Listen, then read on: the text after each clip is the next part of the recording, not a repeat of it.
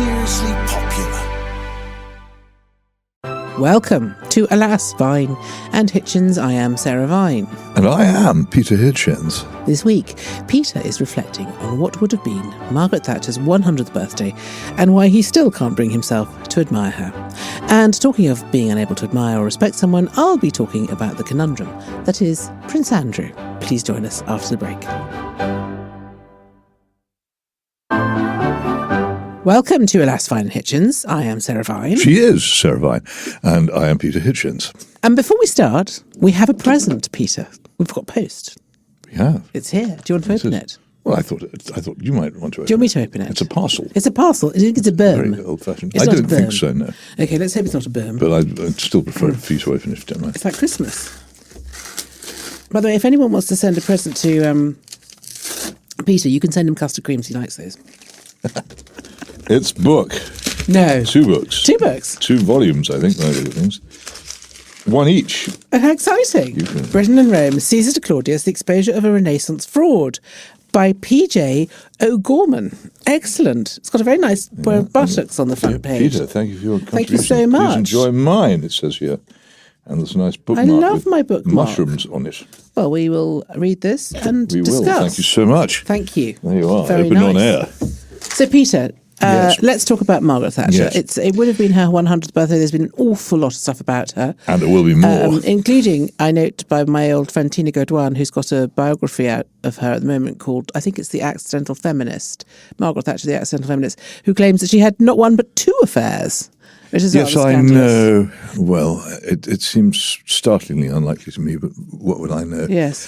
By the way, your introduction misrepresented me. I had always admired her as a person. I thought that the story of rising from grocer's daughter to prime minister is extraordinary, and it's the sort of thing that you used to find in my old children's encyclopedia. The woman from the back streets of Grantham who rose to shake the world, sort of thing. That's impressive. No one can take that away from her.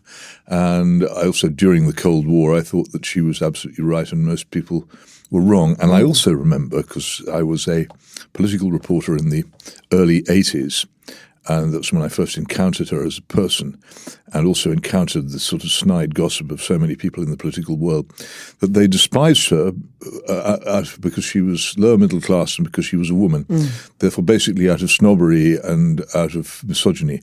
And I thought these were supposedly enlightened people of the left, and I thought they shamed themselves by their attitude towards her, and I still do. So all that I still hold very much to that as a person. She has to be admirable. You couldn't not think so. But in terms of politics, I think as soon as you push into the details of how she governed the country, it all falls to pieces. And it is pathetic the way that modern conservatives idolise her. I mean, literally idolise her. What do you think were her Tory principal conference. mistakes? It's not so much that as what conservative actions did she ever take? And there aren't any. In 1961, she addressed her constituency Conservative Association for 2 hours, nearly as long as Fidel Castro used to go on the subject of the then common market, future European Union, and how she favoured entering it, and gave a complete understanding of its political implications, that she knew that it would destroy British independence and sovereignty in 1961. During the 1975 European referendum, she pranced around the country wearing a Euro T-shirt with the flags of all the common market nations. Not T-shirt, jumper. And these don't really fit with the view that so many people have of her. People go on about, and here again I have personal experience of this because I was an industrial and labour correspondent in the late 70s and early 80s before I went to Westminster. And so I saw all these great industrial battles. People say, oh, well, she absolutely destroyed the power of the unions. Well, in a way she did. We used to have these enormous strikes in the steel industry and the coal industry and the power industry and the post office. What she did, and of course the car industry, what she did was she destroyed all the industries where the trade unions operated, so there was nobody to go on strike by the time she'd finished. The trade unions were converted into what they are now, which is extremely powerful lobbies for public sector spending, where they're just as much of a menace, and in my view, they do less good. But and more harm. Those are just aspects of it. Presumably they were sort of unintended consequences. Up to a point. And there's the thing. Did her economic strategy deliberately intend to deindustrialize the country or do it by accident? In neither case does she emerge from it, oh, I'm so sorry I destroyed the industrial base of the country by accident, or actually, guys, I destroyed it on purpose. In neither case does she emerge, seems to me, with much credit. I think a lot of people remember her. I mean, if you sort of had to sort of do her greatest hits, I suppose, you'd probably do Falklands. Yeah, and let's get on with that, shall we? What do you think happened there? Okay, let me just finish my sentence. No. The Falklands is crucial to this. You probably do Falklands. You probably do Right to Buy, wouldn't you? Well, you might. I think the Right to Buy was a catastrophe. Well, no, I'm one of the reasons nobody can now afford to buy a house. I'm not judging them. I'm just saying these were the things that she is remembered for doing. Yeah. Privatisation. Thames Water. Exactly, hey, all isn't of that good? And I think so. I think you're probably right. If you look at all of those things, they would not necessarily be judged unmitigated successes. Let me tell you about the Falklands. Yes, go on. Okay. So she actually proposed, she got together with her Defence Secretary, John Nott, and what they were going to do was basically scrap most of the Navy. Why? Well, because it was cheaper, and because John Nott had concluded that of all the armed services, it was one least likely to come in handy in the near future, so they could get rid of it. He actually went down to explain his policy at Portsmouth Dockyard to the many workers who were going to lose their jobs as a result, and was pelted with rivets for his pains. It was a very unpopular policy. At the same time, having embarked on this, what she was doing was quite deliberately running down the Royal Navy. In fact, 2 ships she had particularly earmarked for either scrapping or sale, the aircraft carrier Hermes and the other very important ship, HMS Invincible. Both of those, had she had about 18 months longer before General Galtieri attacked, we would have got rid of. We wouldn't have had them. There would have been no task force. Right. She also withdrew the survey ship Endurance from the South Atlantic, which both Jim Callaghan and her own Foreign Secretary, Peter Carrington, both publicly objected to as being dangerous under the circumstances. And the Argentines observed, and that probably triggered their attack on the Falklands. Right. So they saw their opportunity. So she destroyed attempted to destroy, and didn't have time to complete the destruction, the very forces which would be essential in saving the Falklands. B, she diplomatically precipitated the crisis which led to their seizure by the Argentines, about which we could do nothing if it hadn't been for Edmund Leach, the first Sea Lord, who marched into a meeting in full fig and said, Prime Minister, I can assemble a task force and we can retake the Falklands. And he did. And the people who retook the Falklands were, first of all, the commanding officers who put themselves to their absolute limit and tested what remained of our armed forces to the absolute limit. And, of course, those armed forces themselves who, with tremendous bravery and tremendous discipline, retook those islands.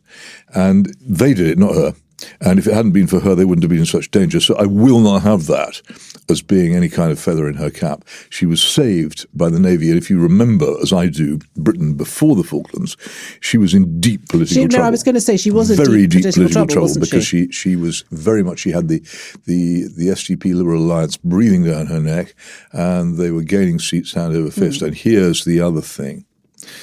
In the 1983 election, she put in her manifesto a very important measure which would have prevented the Labour Party from raising funds from the trade unions in the way that it previously had. That is to say, trade union members after that would have had to opt in to having their money given to the Labour Party. I think the Labour Party has reinstated. Wait a minute. After 1983... I know this directly. I can't say who told me, but I can tell you that it was somebody very senior who was involved in this.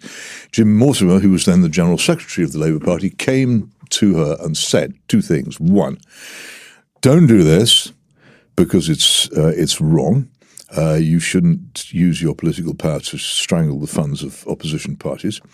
2, don't do this because if it doesn't work and we survive and we get back into office, we'll do it to you. And we'll prevent you raising money from industry and business ever again. And 3, have you noticed that there is this thing called the Alliance, which is breathing down your neck? If we disappear, they're much more likely to turn you out of office than we are. And so she gave it up. The whole thing was then fudged. I know this happened because somebody who was fresh from the meeting at which it was fudged told me over lunch, golly, 40 years ago. But the last weirdly, I mean, I was sworn to secrecy at the time, but there's only a 30-year rule on cabinet secrets. I can say it freely now. That's what she did. She saved the Labour Party. She actually created the conditions under which we got Blair, Brown, and now Starmer.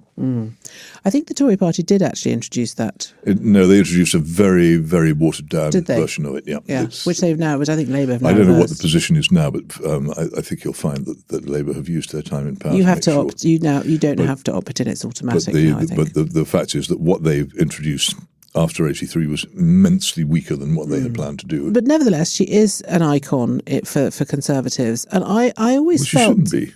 Well, yes, but you say that, but it's not a logical thing. The people don't become icons necessarily in a logical manner. They become, if you look at Well, there were islanders in the Pacific who worshipped Prince Philip, but that didn't mean it was rational for them to do so. That's what I mean. So it's not necessarily rational. And I do think there was something about her. She definitely had a certain charisma, but I think also for the Tory party... The charisma, Blair had charisma. Well, he did, yes. All kinds of people have charisma. Princess Diana had charisma. I know you're immune to these things, but most people are not immune to these things. And what I think with Margaret Thatcher, I think there was something... I mean, that famous quote, was it Mitterrand who said the eyes of Caligula, the mouth of Marilyn Monroe? He's supposed to. He's supposed to have said it. I mean, I hope he did, because it's such a great line. Maybe. I know that she once said every Prime Minister should have a willy, but I'm not sure about the Mitterrand quote.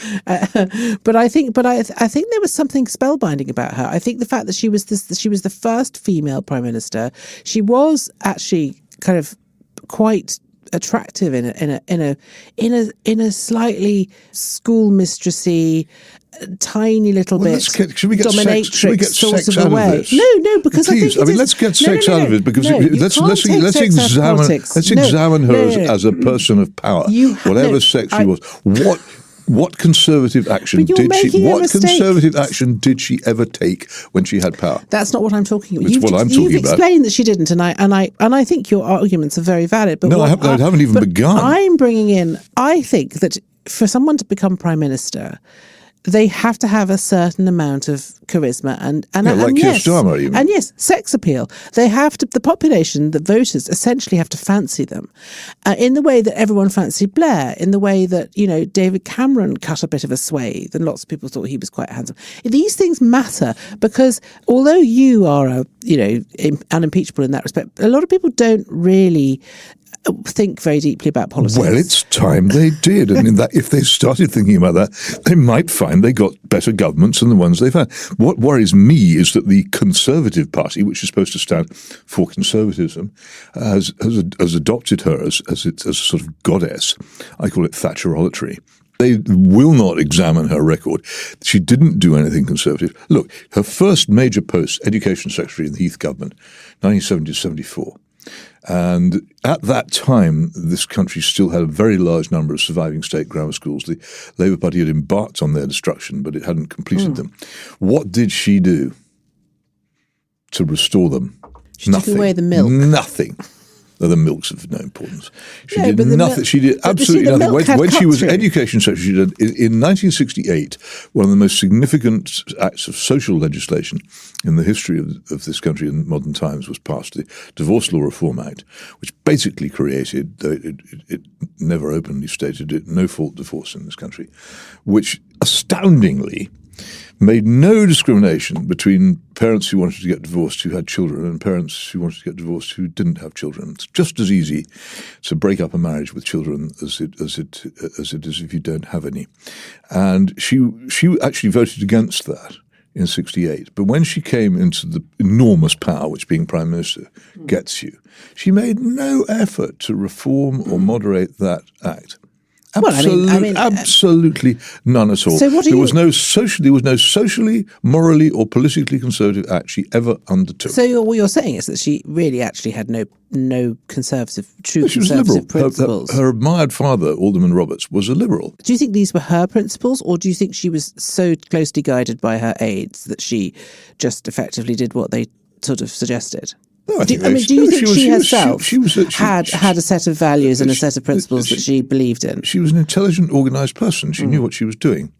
as I said, right back in 1961, she knew exactly what she was doing with the European Union, and she took that view. And only later, she tried to ride a wave of what is laughingly called Euroscepticism at the Bruges speech. But all along through the whole era, when we joined and got deeper and deeper into it, and entangled ourselves irrevocably, actually, in the single market, she was in favour. And that's what she was. But people constantly pin onto her some idea that she was some kind of a conservative figurehead who believed. She was a patriot. She was a church-going Christian, but on the other hand, she fought the most tremendous battle against the churches to force people to go to work on Sunday in her Sunday Trading Act, one of her few actual political defeats. And what she also did was she destroyed one of the great social protections of this country against drunkenness, which were the 1915 licensing laws, which kept the pubs shut for an awful lot of the time, prevented a huge amount of drunkenness, violence, and domestic abuse. And presumably under pressure from various lobbies, she spent a large part of the 1980s demolishing those laws, so the place is constantly drunk. The other evening, I was travelling home on a train privatised by John Major. She at least didn't do that.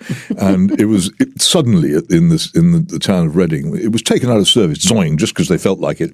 It suited them better to run it actually to Cheltenham rather than to Oxford. And so all the passengers who had thought it was going to Oxford and up the Cotswold line were turfed off and told to wait for something else to happen. So I went for a wander around Reading. And what did I find in this nice old Berkshire town?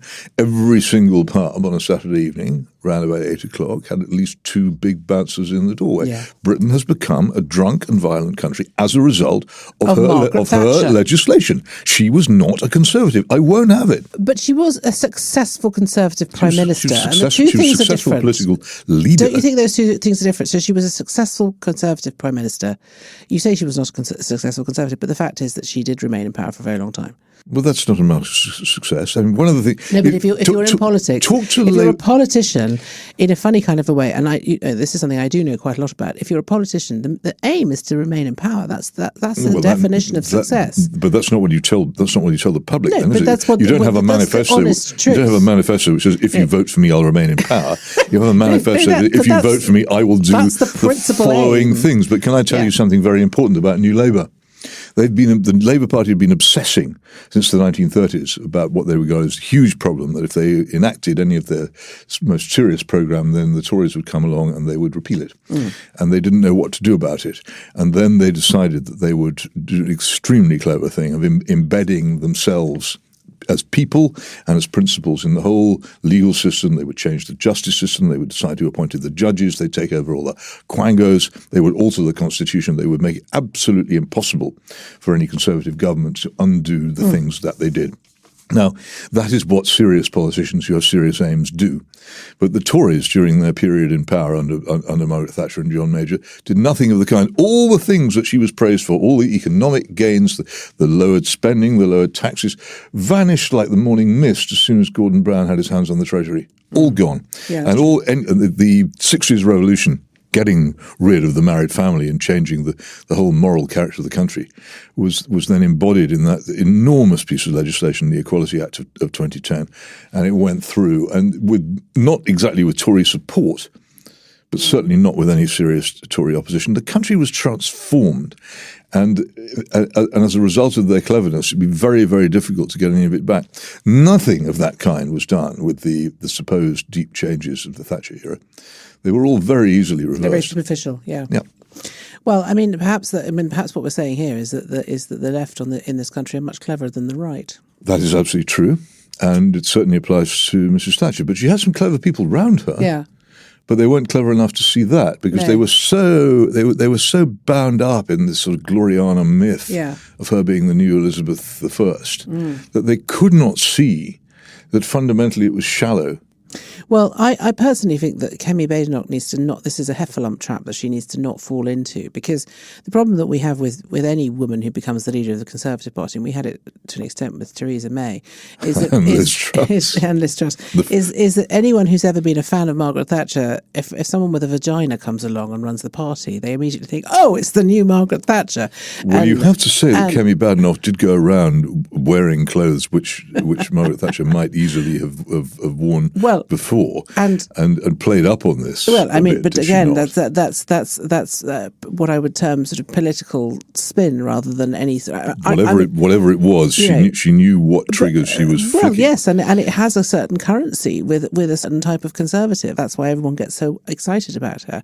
And I do think that Sheena Godwan's book, which is actually very good, I've read quite a lot of it now, which talks about her as this sort of feminist icon, is very accurate in the sense that for women, she did represent something. You know, she represented a woman who could be in power, which hadn't really... It's not how it was at the time.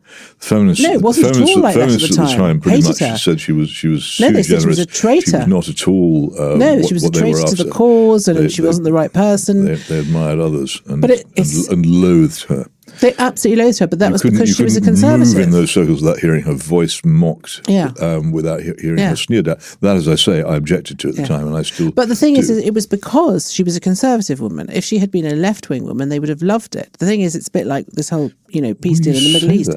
People are upset because it's Donald Trump who's done the deal, not Joe Biden. Have you noticed that the Labour Party has yet to have a woman leader? Yes, I have noticed that. Yeah.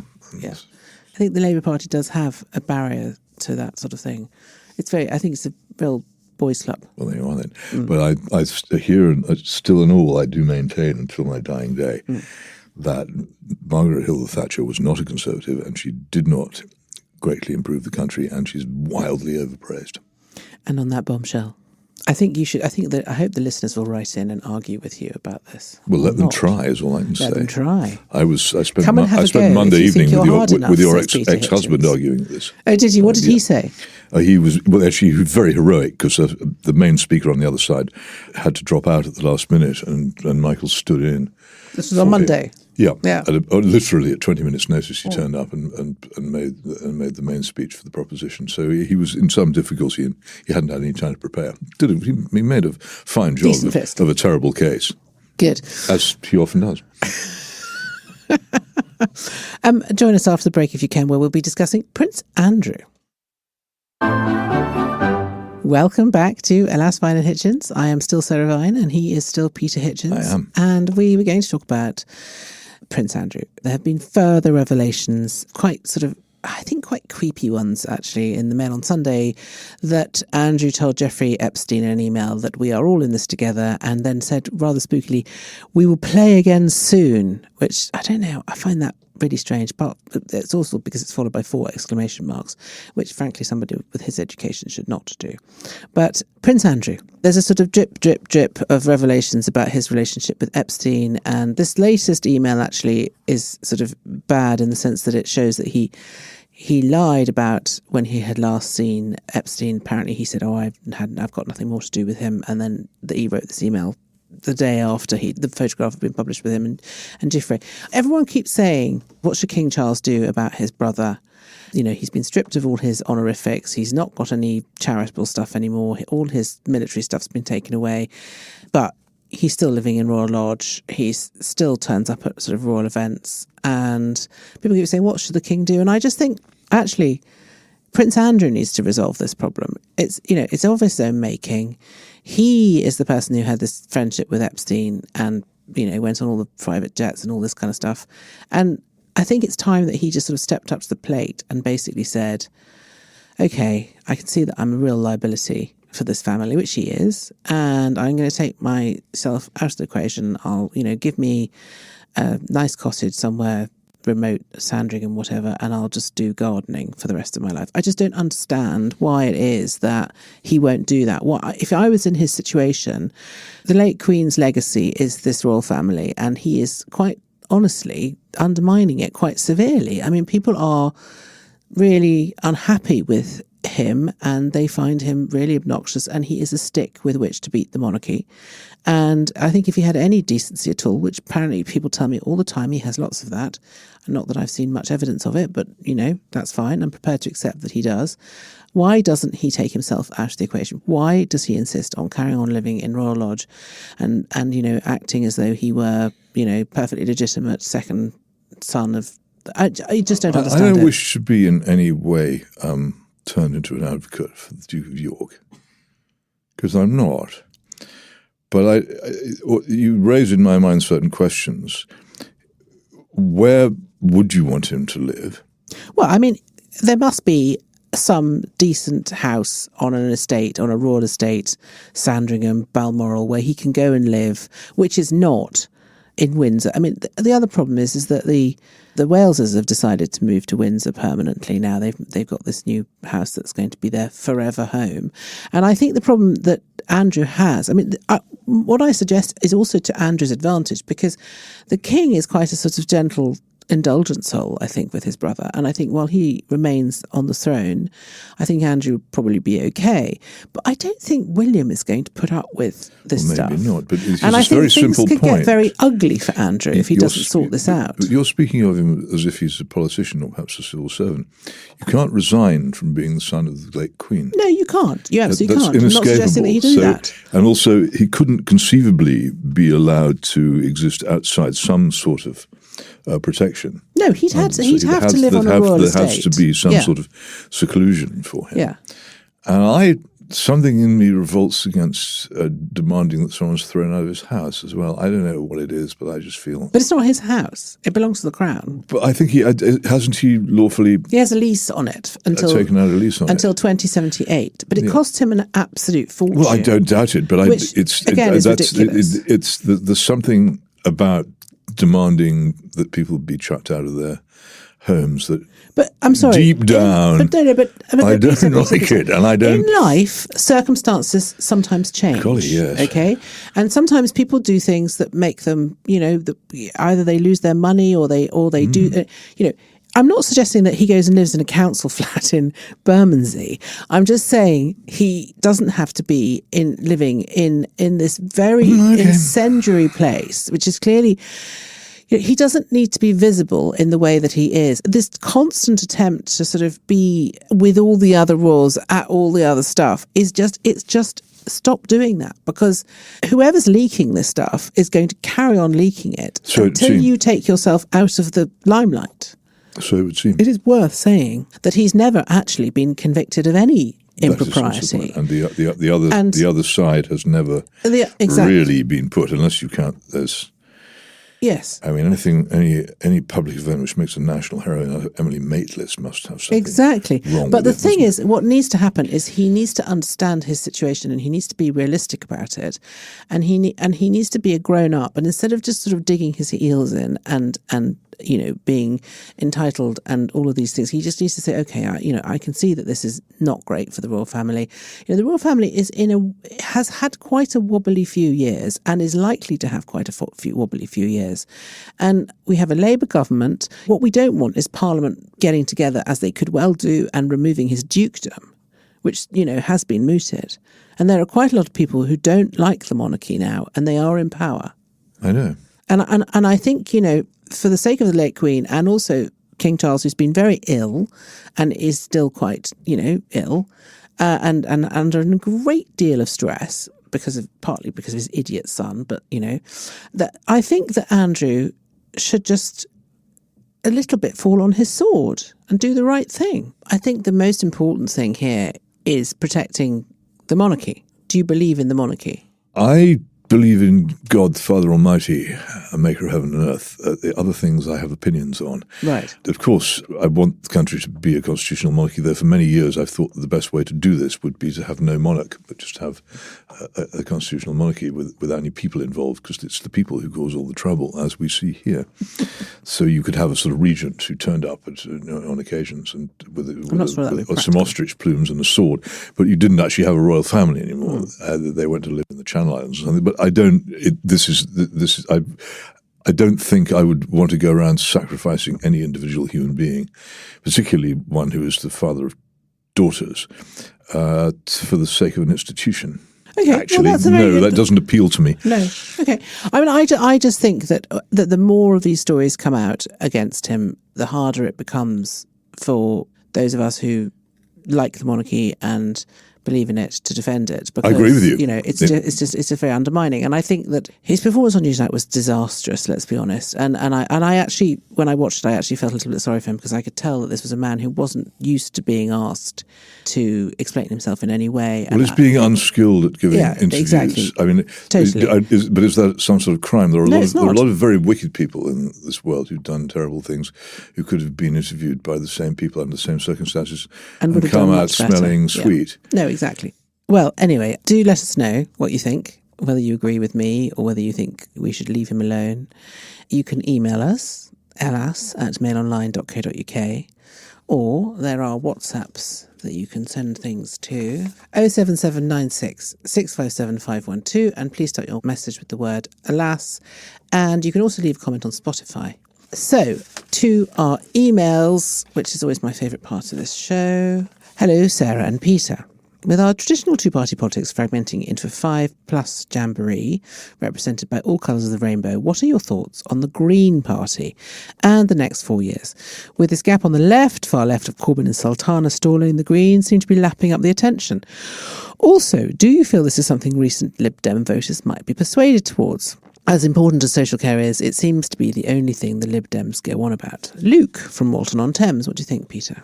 Well, the Greens are an extraordinary thing. On the continent, particularly in Germany, they pretty much replaced what had been the main party of the left, the old Social Democratic Party, and they're still immensely important there. In this country, because I think the Labour Party absorbs an awful lot of their policies, they never gained such a large independent following as they did in Germany. And they never have. They've had some quite, I won't say persuasive, but certainly striking leaders and MPs who have made some impact. But I think in the end, in our political system, which I actually favour the first past the post two-party system, it's very difficult for them to break out of where they are. If they did, they'd simply become another Labour Party and in some ways another Conservative Party, because both of them have completely embraced the net zero madness. Yeah. As has almost everybody I know. But they're very hard left-wing, this lot. Well, indeed, Greens, so is the Conservative Party, and so is the Labour Party, in my view. The whole anti-family, comprehensive education, high taxation rubbish, which has been embraced by so many people, is common to all the major parties in this country. But they've got this rather charismatic The Greens are slightly new more leader. straightforward about it, that's all. They've got this rather charismatic new leader who's very sort of, Charisma again rears its ugly head. No, it's true. Where does charisma come from? Why do some people get it? I don't know. So why do some people flattered by the camera and some people made to look ugly by the camera? It's a very, very good question. It's an extraordinary thing. And I told you the only time I ever met Princess Diana. Say met. Yeah. It was my day as a paparazzo's driver in Washington, D.C., and we were told that she was at the Brazilian ambassador's residence. So I drove up there in the early morning light and went in. We were welcomed into the front garden because her friend Lucia Fletcher de Lima was the ambassador's daughter. And I got out of the car and walked around, and the Brazilian ambassador's butler came out with trays of coffee. And then I saw, standing not much further from me than you're sitting, tall, angular, dark woman, and I looked at her. It took me 45 seconds to realise this was Princess Diana, because she didn't look at all like the person I'd seen so many times on film and on camera. Totally different. That's so interesting. And it's always remained with me that less good? Well, no, More she good? was just striking. But as I say, as a much darker, much more angular, much more awkward. The camera loved her in some strange way, which some people have and some people don't. But I've never seen it so stark. Kate Moss has it. If I hadn't known, I've never seen her. No, but I've seen her in the flesh. flesh, and she's really not that remarkable. But you put her on a camera, and she's I think that Diana had something similar, but this is on a par with charisma. Some people have this thing, and I'm not sure it has a good origin or a good purpose, or that it's necessarily a good idea to be influenced by it. To answer Luke's question about the Green Party, I think that the two-party system will keep them from any serious success, and also they're not saying anything very different from what the other parties are saying, in my view. Yeah. Good morning, Sarah and Peter. With air travel becoming more and more stressful, me and my partner are holidaying more and more in the UK, Scotland in particular.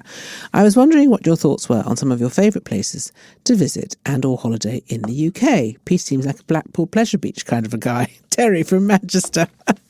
Really? I have never even swum in the sea in Blackpool, because I don't like the look of it. I did once swim in the sea in Brighton and swore never to do so again. I'm not really a beach person of any kind at all. My holidays are spent in cathedral squares, at cafes, and in the cathedrals and in the great art galleries, or having long train journeys through unfamiliar countryside. That's my idea of holiday. I've travelled all over this country. There are small bits of it that I don't know and haven't visited. What I set out to do, and which anybody who's interested in England particularly would do well to do, is go to all the ancient cathedrals and the cities in which they are, which are not always but mostly rather pleasant places. And you will be rewarded. I would say that Wales is extraordinarily beautiful, and I'm ignorant of Wales. Probably because it's so difficult to get to these days. But the North Welsh coast is stunning, if you don't mind the endless fields full of those things that go round and round. What are they called? Windmills. You can sort of turn a blind eye to them. I would recommend visiting Bodnant, which is a fantastic garden up there. St David's, the cathedral at St David's is breathtaking. That's definitely worth a detour. Rosilly Bay in the Gower. Very nice if you like a bit of surfing, but also quite nice if you like a bit of bucket and spading. That's where I used to go as a 2-year-old. No. We used to go to West Wittering, where Mick Jagger got arrested. Not when I was there, I have to say, and jolly nice it was too, and the Isle of Wight. Hastings to the is amazingly poetically named seaside village of Seaview. Hastings is fun. There's a lot of kind of culture there. But for landscape, you need to go north, really. Yeah, no, I think North so. York Moors, I'm not really a Dales. And Scotland. person. I mean, Scotland is stunning. Scotland, well, yes, but there are the midges. The Isle of Colonsay. They don't tell you about the midges. But there are midges, just accept that there certainly will are be midges. I had to flee. But you can flee from the glens once because of the midges. I could not. They came after me in visible clouds, horrific. like in a cartoon. They are I had to horrific. sleep with a towel wrapped around my entire head, struggling to breathe. We've all been there. I couldn't. I tracked them like anything. Yeah. No, I think that Scotland is stunning and a bit wilder than Wales in a funny kind of a way. But also Southern Ireland, I know that's not technically part of the UK. But, I should say not. well, I mean, Yes, they would be very sensitive if you made such a claim. Very beautiful part of the world. Anyway. Northern Ireland is actually very lovely. Yes, also, but sort of a bit wilder. The coast, the north coast, Yeah. running along to Londonderry, which you can do on. It's the last place in the British Isles where you can do it on a nationalised train. I love the old commie in you. Just can't resist. There's nothing communist about nationalising trains. Dear Alas, All intelligent countries nationalise their trains eventually. Stop. What?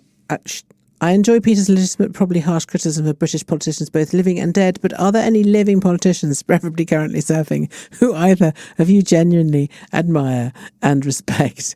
And if that is too much of a stretch, how about one in recent history? Luke Rowlands, Chester. Well, I never admire people, I only admire actions. Okay. People will always let you down if you're foolish enough to admire them, because everybody is So whose full of actions faults. would you admire?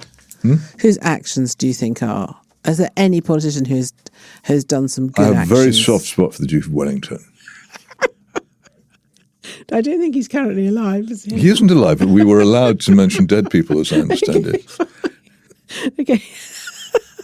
Come on, that can't be the last person. No, but I just thought I'd mention must it be because somebody- it's important. Okay, good, It gives you fine. an Okay, indication you can have of the where Duke of my Wellington. a man of gruff, concise remarks and a man of action, but also deeply, deeply conservative in a way which still appeals to me. I'm still not at all convinced that the Great Reform Act or the repeal of the Corn Laws were good ideas. Okay. All right. Let's try another question, shall we? This one's from Luke. He says, I have heard Peter refer to the political pursuit of egalitarianism as a bad thing. Does he oppose it by definition or simply by the way people of the modern world have set about trying to achieve it? Also, I just finished the chapter about India in Peter's Short Breaks in Mordor. Since writing this book in 2014, have you seen a school on a par with Bombay's Podar International School? Thank you, Luke. Well, I haven't been back, and so I don't know. I fell slightly in love with Bombay while I was there in the school that I went to, and I may have gone a little bit over the top, but I was making a point about the profound difference between the respect in which education was held in India and the contempt with which it was held in Britain.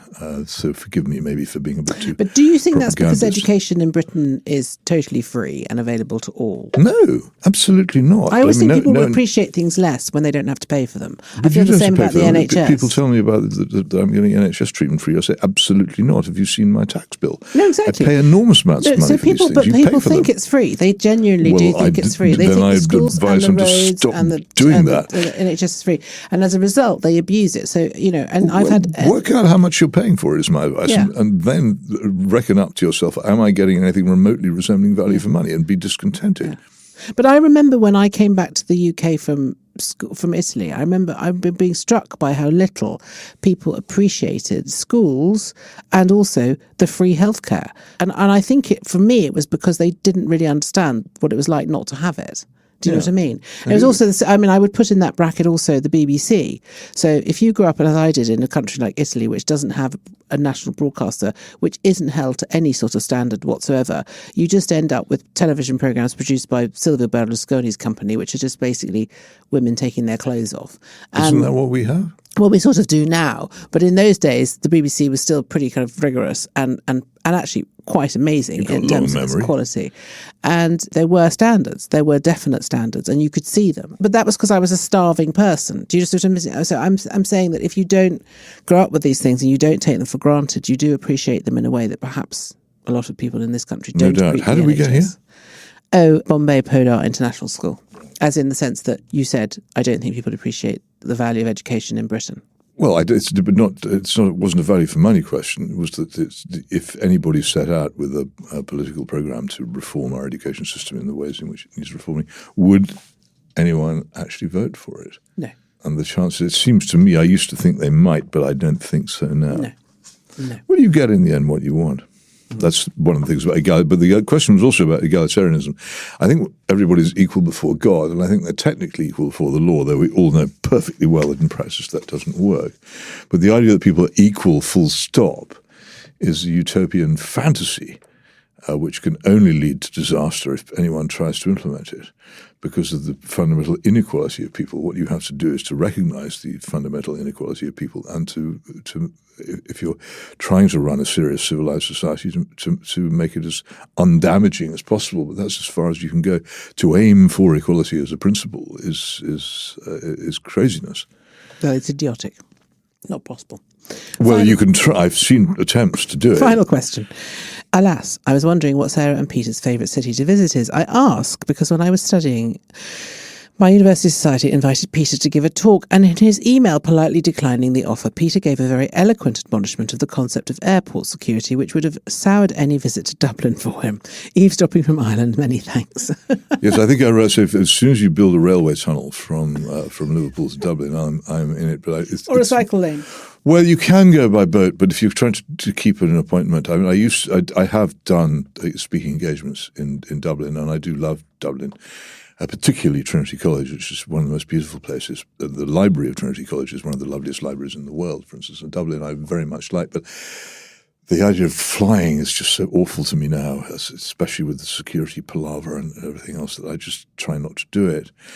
My favorite city, I think, probably is Strasbourg, which I discovered by accident. I had to go out and cover a case at the European Court of Human Rights many, many years ago, a group of trade unionists protesting against being forced into a closed shop. And I had no idea until I got there just how extraordinarily beautiful it was, the countryside surrounding it was, and its history was, and its astounding cathedral.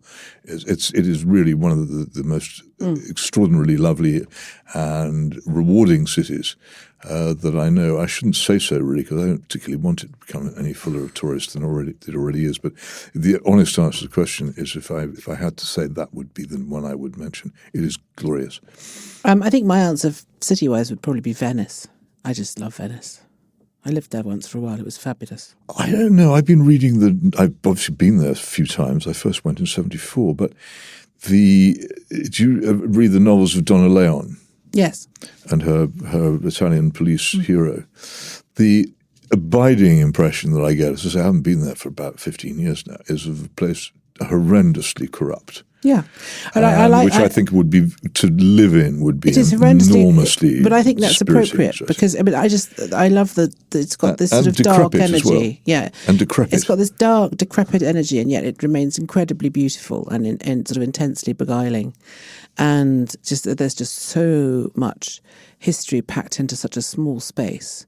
And you're completely right. It's not a nice city, but it is a spellbinding city, I think. Yes, it's very melancholy there. Yeah, I like that. Particularly like it's particularly nice. It's sort of graveyard melancholy. Yeah, it's particularly nice if you go there sort of now. Actually, sort of October, November. It's quite bosky and a bit spooky, and I rather like that about it. I stayed there for a while, and I lived with some nuns. It was very gothic. Dear dead women with such hair too, what's become of all that gold? Used to hang and brush their bosoms. I feel chilly and grown old. Did you know that? No. Robert Browning. It's a very wonderful short poem called A Toccata of Galupis. And the last line is, when the kissing had to stop. You should read it. It's very Venetian. Yes. And it's very, that very sounds right sad. up my street. If you're like me and you're a big fan of Gothic writing, Gothic novels and horror, Venice is perfect. Well, I'm afraid that's all we have time for. Thank you so much for listening. We'll be back next week. Don't forget to check out this week's reading list and share any books, TV, films or films you think we might want to read or watch. For that or anything else, you can email us, alas@mailonline.co.uk. You can leave a comment on Spotify, or you can send us a voice note on WhatsApp 07796 657 512, and please start your message with the word alas.